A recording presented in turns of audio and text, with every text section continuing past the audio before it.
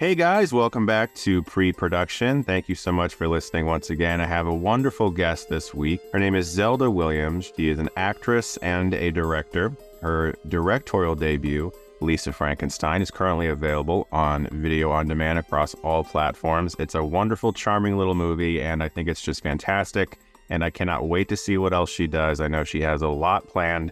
She's also been a voice actress in things like Teenage Mutant Ninja Turtles and Legend of Korra. She's appeared in Criminal Minds and all kinds of television shows. Thank you so much, Zelda, for coming on today. Yeah, thanks for having me. Obviously, you're someone who's had, the industry sort of around you for most of your life, but I know that you've told me that having the ability to actually live in San Francisco when you were younger, that you were kind of separated from sort of the noise of it all a little bit. I'm curious, at what point did you sort of start to feel like there was a possibility in regards to film and telling stories, or a desire to do that in yourself? Growing up in San Francisco, the nice thing about it in navigating the industry is I saw a very specific, obviously very privileged aspect of it, because most of the movies my dad filmed in San Francisco were with Chris Columbus, who was one of his closest friends. So those collaborations might have given me, especially younger, a very skewed idea of how film works, because I will say, even in this industry, they're not that common. And they're certainly worth aspiring to, Scorsese working with friends over and over again. A lot of those directors really did for a long period of time, but I wasn't aware of the fact that that was as uncommon necessarily as it was. From that perspective, and also not navigating the Hollywood social life of it all. San Francisco didn't have that kind of sphere. I didn't really understand the aspects of the industry that I do think tend to be the most toxic. The expectations of a certain performance, particularly in public, was something my dad never really was good at, and nor did he like. So it's why we were raised there. And my mom certainly didn't like it. She's very private. So it kind of gave me a very false and sheltered perspective. But it also gave me a really dreamlike one that I still earnestly hang on to as well, which was about, the friendships that you can repeatedly foster and work in a creative environment with, and also the sets that I will say are very uncommon these days, where there was all this really beautiful production design work and costume design work. That's become even more rare. And that was already a fairly rare thing even in the 90s. But, now with green screens, with the LED, it's kind of the outdoor-indoor thing. There's incredible technological advances, but sometimes at the expense of a certain sort of tactile touchability that I think I personally miss in a lot of movies. There's a lot of people going back to practicality now, which is nice to see. And there's certainly a lot of usage for the technology where you can still blend practical with some of this new magic. But a lot of the stuff that's completely technological, I just did not grow up around. Those were not the movies being made. So that was another aspect that I had to understand more as I came into the industry myself and kind of left that side of it. I think you had mentioned once in an interview that I saw that it was somewhere around the time of Bicentennial Man that you began to sort of take the notion of filmmaking a little more seriously.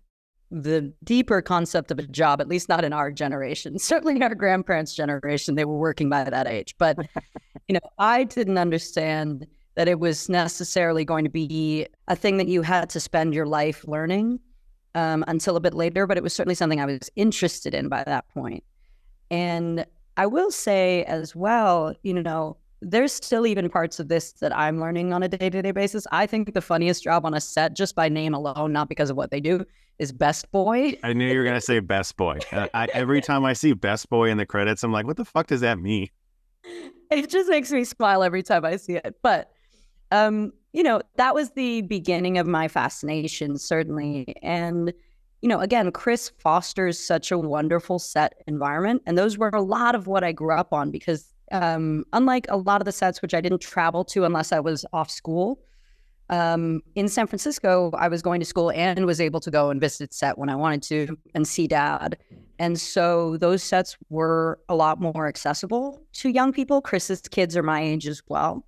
So like they're my age, my little brother's age. So we went to school together in the same class too. So we would like leave school when we were done for the day and like go and visit them on set. It was the beginning of me understanding that sets could be kind of so comforting in a way, like they were run so beautifully. And again, this is with the glossiness of childhood memory, but Chris is a really talented and incredible director who does tend to run a very calm set and a very family-oriented set.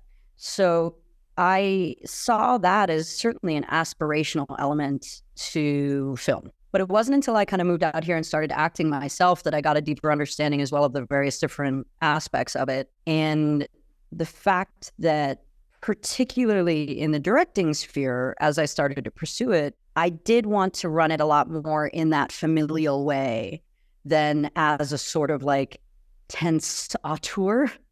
There are, of course, very kind auteurs too, but I will say when you get exacting with a vision, it can be exacting on other human beings as well. So I did tend to lean a bit more of this kind of collaborative familial environment because it was what I was raised around. I don't think when you're younger, you really even understand that you can be a director when you get older. I mean, you understand, but you're not really aware of what it's going to take.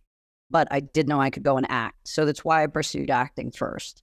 And I'm grateful I did. I think it helps to communicate with your actors in every possible sense, even if you're not like, I was never Robert Downey Jr., but I was an actor that really loved my job and studied hard. So being around other actors now is much easier. For sure. I'm reading this book right now by Ed Zwick, and it's all about his directorial career from 30-something Glory to Last Samurai. And while he was on this show, he decided that he would just sort of play a therapist in one scene.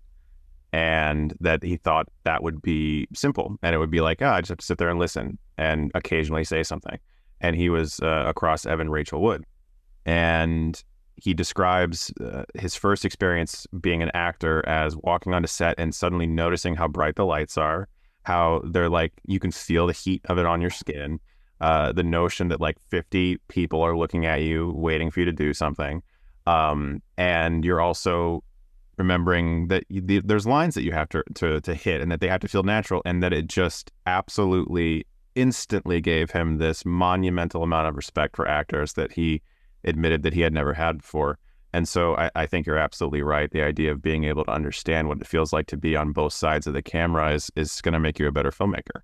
Yeah, I think particularly with directors, directing is such an actor's job in a weird way. You have a DP that oftentimes, and that depends on how much you trust them to deliver what you're hoping, but I would hope that you've hired people that you trust. That's kind of the whole point. I do think that the DP is more in charge of how things look, whereas a director really does need to be in charge of the acting, the tone, not because you need to be policing any of it, but because you do need to be guiding it. So particularly if you're dealing with directors that consider themselves more visual, I've often found that their communication with actors is really low. And it takes a very particular confident actor to work through that. Some of them are fabulous at it, and they just know that that's what they were hired for, and they run with it. But I've seen other ones get extremely self-conscious in the lack of guidance, the lack of communication, the lack of kind of the dialogue to keep the tone of a film in its particular sphere can be really hard for actors. So it's pretty funny. Hi, Goji.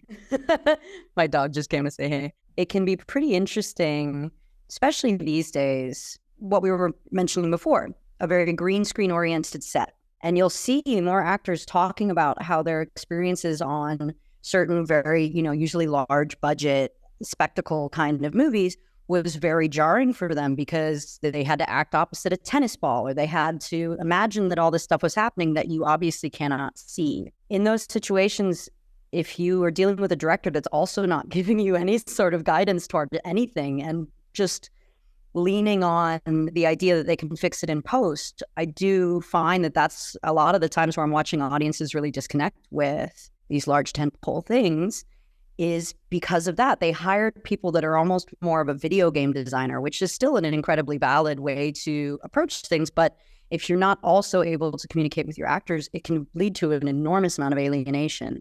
And I think the same thing applies to just the enjoyment of the stories themselves from the audience perspective. If you are watching a story that perhaps you've seen 1,000 times and you know the ins and outs of the plot, but it's just being told in a different way. If you care about the characters and it feels like there's an emotional connection to them in some way, you tend to kind of go with it and want to see the way the story resolves. The same for an audience as it would be on set for a director who is actually in tune with the emotion and the tone of the moment, and making sure that no matter what's happening, you're sort of with the characters and feel what they're feeling. And I think it works both ways. And we'll get into Lisa Frankenstein in a second and how I think you did that really well. But I'd love to kind of know, I know a little bit about this just from talking, that you've had a struggle to get a first film off the ground, that it wasn't just like a 1-2 punch kind of thing and we're done. It took a lot of years to get moving. And I'm curious from your perspective, what those sort of years were like trying to get something off the ground and get started. I imagine they're not too dissimilar from what most filmmakers have to navigate, minus the fact that I also come from a very privileged background. So, that sort of patience was, of course, aided by the fact that I knew I was going to be okay. So I always preface it with that, because an enormous amount of the burnout a lot of creatives feel comes from that, from the other side of that. So my story will never be particularly relatable to all parties, but in the sense of getting a first feature done is always hard. Yes, unfortunately, that is true. This wasn't also supposed to be my first feature. There were 3 other ones, 2 of which, one of which I wrote and 2 of which that found their way to me, that were going to happen before Lisa. You can mourn them or you can miss them and all this stuff, but I found, especially even with acting, I was like, if it didn't happen, if you didn't step on the set and get into that, it was never real in the first place. So I had to move on from those quite quickly. And Lisa was the weird one that survived, which terrified me, because I will say the other ones were a little bit more predictable, is not the word, but a tone that I think is more common right now. And anyone will tell you in this industry, as much as people will say they want to be unique, my mom and dad raised me to understand something about the industry that I hold very dear, which was everyone in Hollywood is trying to do the new unique thing for the second time. That's absolutely beautiful and incredibly, from my limited perspective, incredibly true. So that was what was really terrifying about Lisa. Not that it's wholeheartedly unique. I think it harkens back to a time in Hollywood that I'm very fond of. However, it's just not been approached recently. If you're in an ice cream parlor, you're not going to get mad that they serve pistachio ice cream, even though you hate it, right? But weirdly, with film, we navigate it that way, or at least not the royal we of like you and I and filmmakers, but like people that just love watching movies, they'll get viscerally mad that a flavor that they don't want is somehow in theaters. I've seen it. And while I won't necessarily say I understand, it is part of, I think, a fear that a lot of filmmakers wind up navigating is, if I make something specific, I'm going to have to stand my ground a lot more. With this, I was really terrified and have my fears came to reality when I was navigating conversations with people, like not so much me back and forth with them, because you don't really have to defend or explain your art. But I was watching people be like, oh my God. And the editing was so slow. And you're like, well, it was 80s. On purpose. The script was 80s and this is how it was written. And so I wanted it to edit like the 80s. Now you can like that or not like it. That's completely fine. But it wasn't because I made a mistake. It wasn't because I don't know how to edit it quicker. Absolutely. There's a purposefulness. So that was, long story short, that was kind of why Lisa terrified me, but also why I'm really glad I did it first. I will say, I don't think a lot of the things that I plan on doing are quite as tonally edgy as Lisa wound up being.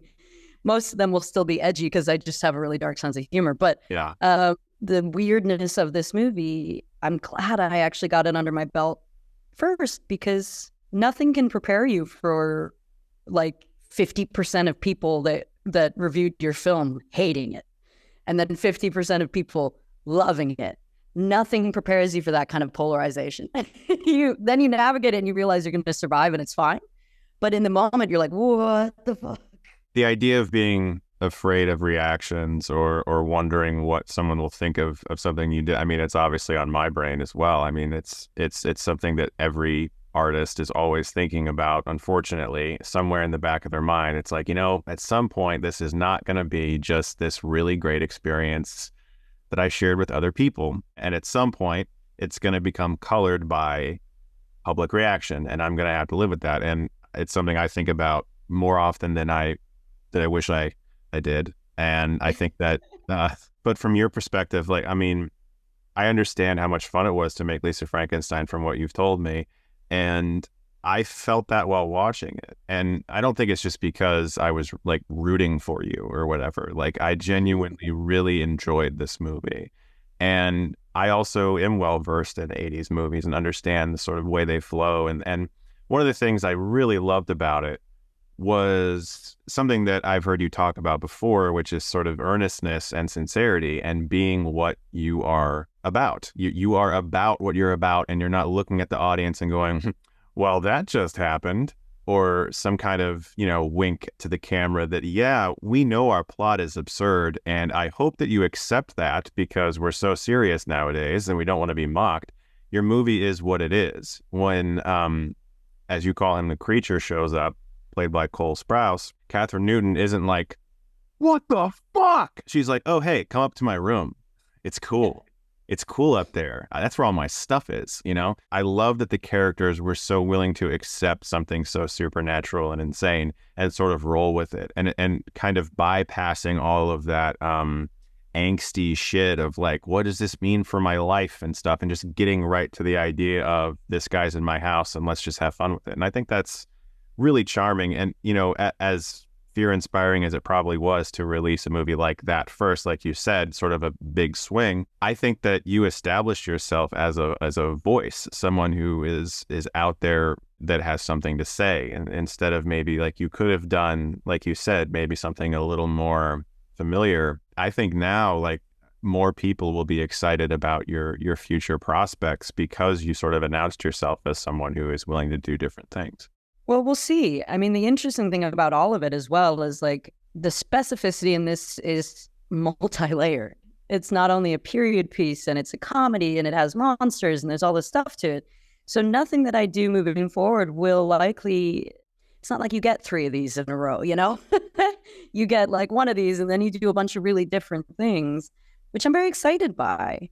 But something that you mentioned, I do think was a really big, important aspect of this for me, which was earnestness, but also, right now, the sense of humor, especially by nature of where we're at globally, politically, people are so, when they're in a sort of depressive place, it does tend to need to have this sort of nihilism, need might not be the best word, but it tends to have a meta nihilistic sort of laugh at oneself, laugh at the joke, laugh at the circumstance of the situation.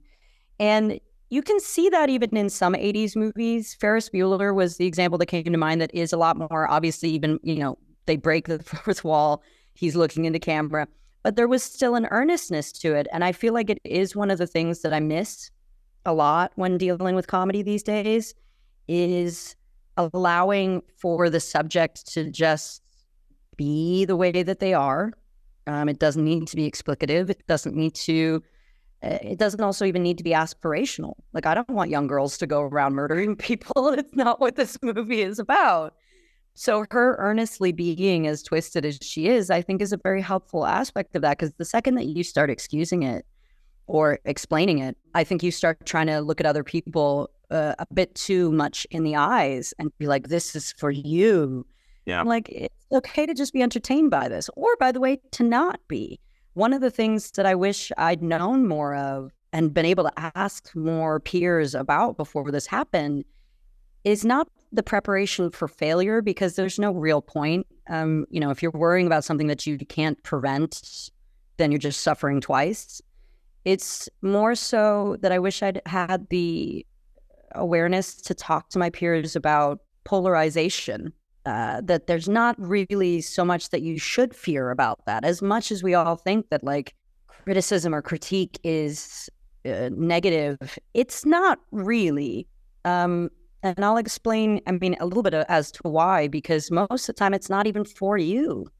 People can pretend that they're saying something that they think is going to help a filmmaker. It's really not. Most of the time, that criticism is for other viewers, potentially, who are going to listen or they're not. You can't change a film that's already come out. So that criticism isn't really for you.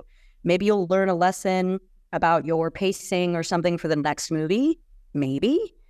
But also, it's fine if you don't. If you want to keep making weird shit that isn't for everyone and you find a way to do it, just do it. A lot of my favorite movies now, in having navigated what I went through and was confused by, because I didn't think I made that anarchistic of a film, but apparently it did really split people. When I looked back, I realized that there were a lot of movies that I genuinely loved that had like 43% or this whole algorithmic thing now where I went, oh, well, that doesn't change the fact I loved it. Chris Columbus, his film Home Alone, despite how successful it was at the box office, I remember when I was younger, I looked it up on Rotten Tomatoes and it was rotten. And it's not anymore because our generation has sort of embraced it. Same with The Sandlot. I loved The Sandlot as a kid. I went on the Rotten Tomatoes and it was split.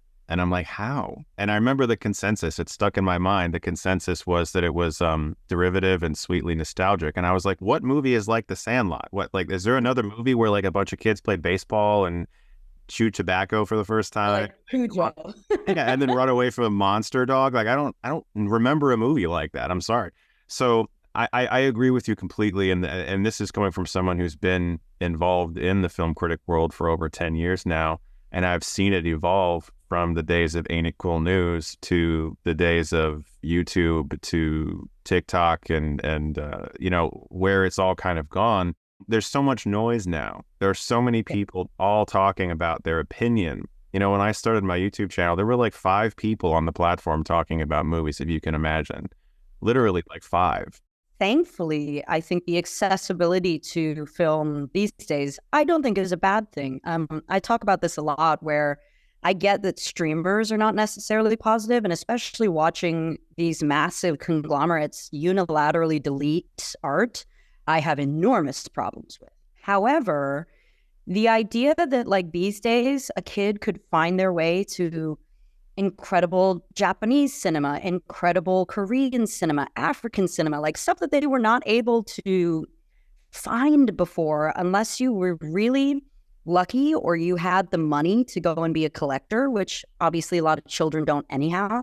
So this proliferation of international cinema, all of these really cool things, I think that's really positive. However, the one side effect of it that I do find is, and I might get some shit for this, but I've openly said this before, so whatever. They'll navigate it. They'll deal with it.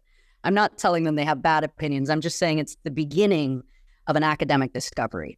So it reminds me of when I meet students who are in like their first or second year of film school, who are awesome and curious and excited. However, they're still at the beginning of usually trying to curate what they like and what they don't like. And a lot of that tends to be based on what they think their teachers and their peers will respect in terms of an opinion.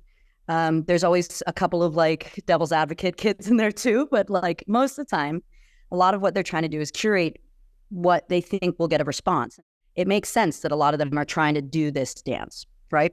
It's not a bad opinion, but I will say that like curating anything for an audience will naturally shift the way that you approach even taking in cinema, even your enjoyment of it. It's that like, it's kind of the Schrodinger's cat of it all, where it's like by nature of being watched, it changes. Mm-hmm. So all of these people who could have done this exploration without the expression of opinion as well, it's completely fine that they're doing it with, but I'm just saying if they had done it without it needing to be expressed to an audience, I have a feeling their opinions would be very different.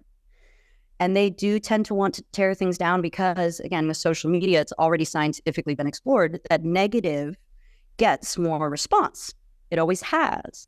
Positive does tend to be just acknowledged and then moved on from. If they want interaction, they tend to have to be negative. It's created weirdly, kind of like the film group in high school sort of thing. And I'll watch people from either side of this it's like the Grand Canyon. It might be vast and it might be deep, but it does connect at a certain point. So why are you guys pretending like you're on other ends of the floor? But they'll fight with each other. And I'm like, you guys like the same shit. You kind of do. You're pretending you don't because you think that this is pretentious and you think that this isn't art. It's all art. So it's like, you kind of just want to look at everyone and be like, just keep enjoying the movies that you are so blessed to have, like, millions of them. Completely fine if you want to be a negative Nancy. We've proven that that gets a lot of people's, attention. But understand that enjoyment is entirely subjective. You can try and convince people of stuff, but I find the surest way to get people to watch something is with your earnest excitement, not with criticism or aggression. You can convince people not to watch something, but what would be the point? If you want to convince people to watch something, being earnestly like the biggest fan of it is the way that happens. Also, I think what you just said is that I think you don't actually have to work that hard nowadays to convince somebody to not watch something, because people are, all right, whatever, I don't have to watch it. It's an effort now for so many people to find the time to watch a movie or a television show. You don't have to work that hard to say don't watch something. You got a million things you can watch. It is actually harder to convince somebody to watch something, to say, hey, this is great. This will actually impact you. This will change your life. This will at least entertain you. That's the hard thing. You got like 1,000 things to scroll through. Choosing the one to watch is actually the challenge. You can pass by 10,000 different movies and go, no, heard that was bad. It's harder to say, guys, this is good. Seek this one out. It's easy to say these things as well in the immediate moment, right? So like you and I sitting here talking, or people online writing back and forth to each other immediately. Most of this lacks, as human nature kind of dictates, most of it lacks the awareness of time. Movies change over years, over decades, as people rewatch them, as they become something that becomes a remnant of another moment. The only thing that I've found that can really tell you if you did create something that isn't just such a time capsule that no one ever even really watches it again, they don't want to relive that moment, they don't, is rewatchability. It was the only real comfort I even found in navigating this first experience when I was so confused initially by being like, wait, I didn't think I made anything that weird or edgy, but here we are, was meeting people that had seen it 6 times already. And I was like, why? Why did you watch this weird movie 6 times? But it was because, as we mentioned earlier, it was a flavor they missed or liked or whatever, and it didn't really matter if other people hated it. And as I started to unpack like the movies I rewatch, that, I got especially scared when I had to do the letterbox thing, because you're like, again, this is like, why are there people that want to know what movies I rewatch a lot? But I was really honest with myself and went like, what do you actually seek out, like once a month, once whatever? And I really did settle on the ones that I find myself going back to over and over again, because no matter when they were made, clearly there's something in there that you in the present, and you potentially in the future, if you plan on owning them and rewatching them again, is taking with you. And that's the thing I think streamers could do well, because it's so available to you, but they do tend to hide stuff from you, to remove stuff. So that rewatchability is now dying. And I think it's why people are going back to buying DVDs and just liking what they like, because they don't want to be reliant upon this massive, monstrous company that they, granular as an individual, don't matter to. Like, you don't matter to a huge company. They could delete your favorite show tomorrow, and yes, it would break your heart, but they don't care. So you kind of have to start collecting again in the way that we grew up doing. So like your massive wall of beautiful DVDs behind you, I'm watching more and more people do that now and demand that now, the Blu-ray, the DVD, even of like niche movies that we didn't do well in theaters. We did okay, especially for a movie that was only like $16 million. We did okay. We didn't do great, but it's been still really comforting to have people reach out and be like, we want the Blu-ray. Where's the DVD? I bought the vinyl. And you're like, oh, we found those people. And I'm curious to see what that looks like in 10, 15 years, because you never know.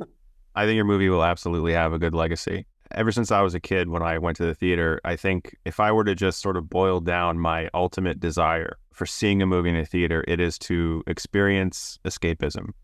It's to go there and be swept away by a story and forget about everything else except for that story. And if a miracle happens, you forget you're watching a movie for a while.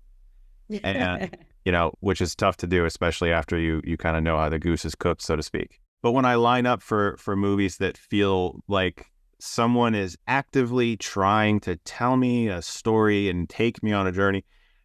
I 100% can see that with Lisa Frankenstein, not just in your direction, but with Diablo Cody's wonderful script, that, you guys both cared about telling the story in a way that other people just weren't really doing anymore.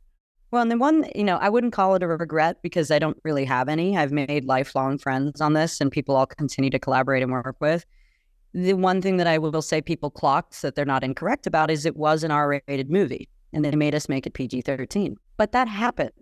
That's not, that's a really common thing in the industry. I wouldn't even say it's one of the necessary hardships of our industry. It's just what happens, especially if you're going to release something in theaters, which is a rarity these days. Looking back, there are jokes and things that I wish were still in the film because I think that was even further where I wanted to go.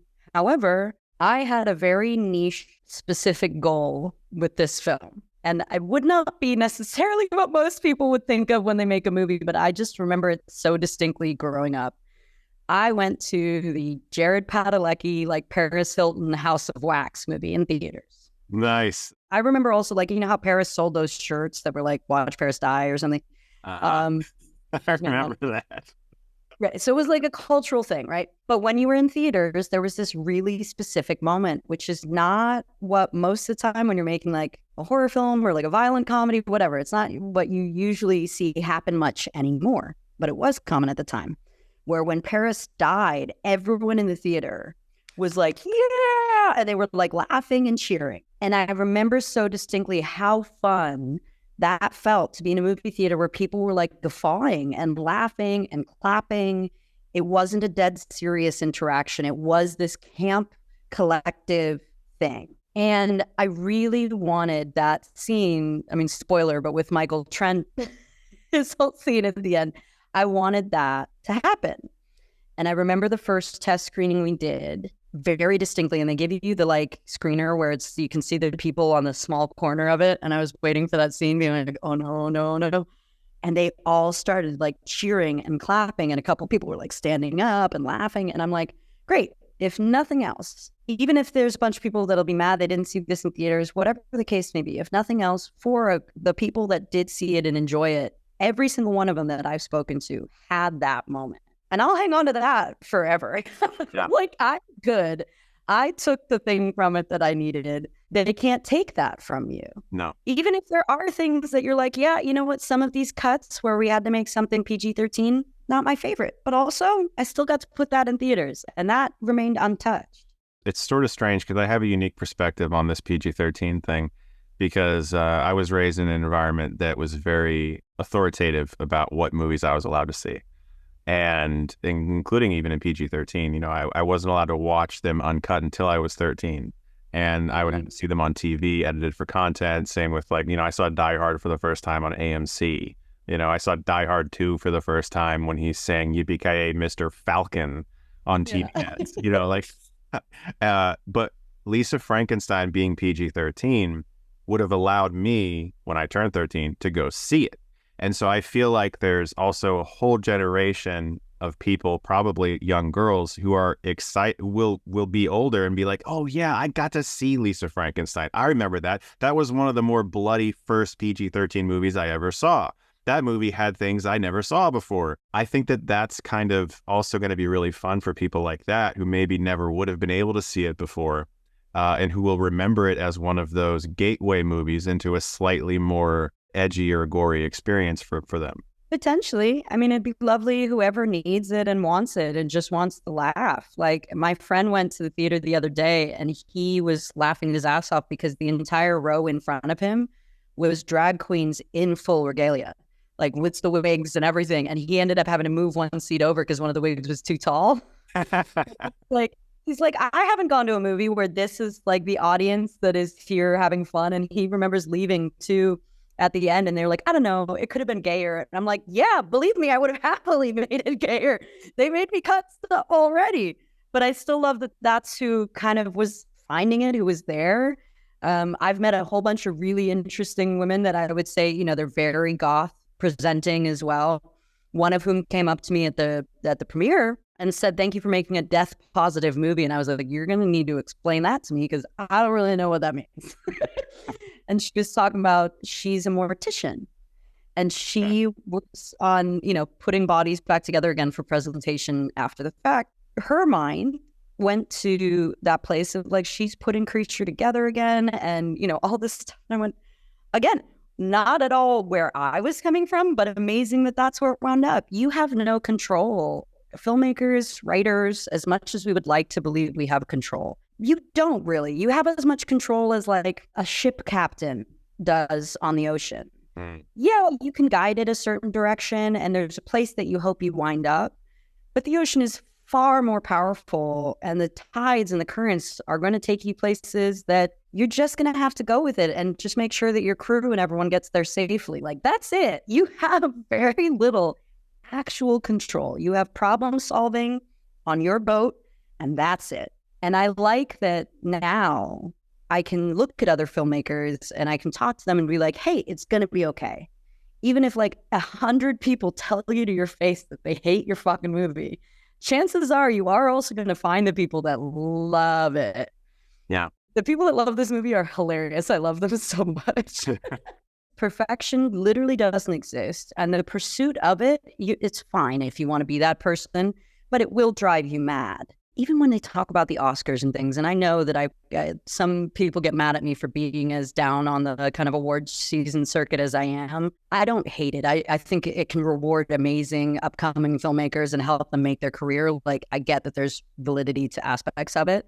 But the other side of it, the kind of peacocking and the pageantry of it all, because it is ultimately a pageant, I don't think helps anyone because they'll sit here being like, see, it won Oscars, therefore it's a movie worth respecting. And you're like, who gives a shit? Like, there's so many movies that are unbelievable and no one ever gave it a golden statue and all of these people are fine and they continued to make wonderful movies. They never needed that. You can be as valid just from having like your mom and a couple of your friends loving your shit, and then you'll find people.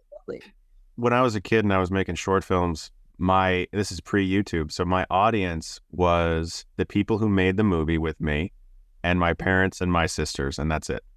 I made the movie. I was like, okay, that was great. I edited the movie on iMovie on my old-ass giant blue Macintosh, and I would show it to like 6 people, and that's it. Nowadays, like we said, the audience is so vast and so wide for everything.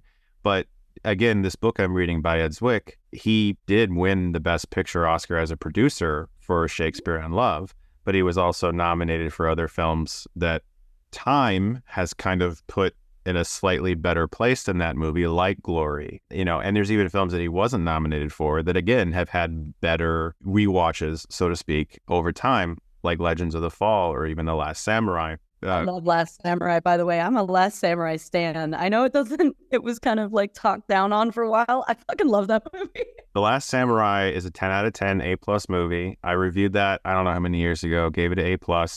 It's an absolutely wonderful film. I will go toe-to-toe with anyone who says otherwise for the rest of my life.